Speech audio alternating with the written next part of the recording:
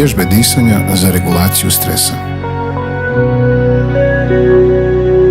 Kad se osjećamo preplavljeno,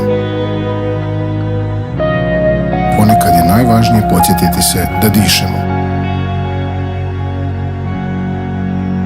Isprobajte ovu vježbu.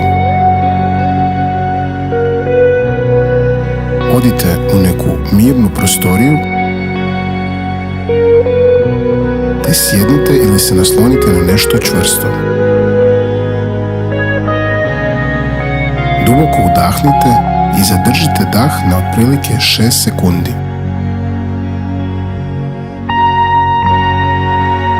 Zatim polako izdišite 6 sekundi blago otvorenih usta.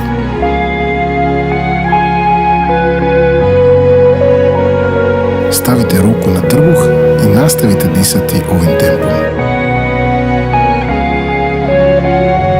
Pri izdisaju si ponavljajte umirujuće misli poput: sve će biti u redu, ili i ovo će proći.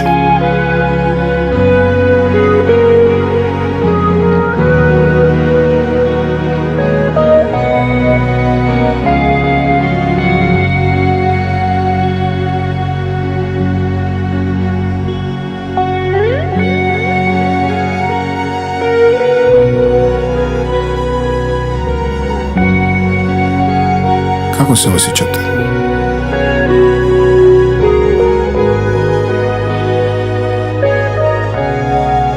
Slobodno opet pokrenite animaciju i ponovite vježbu.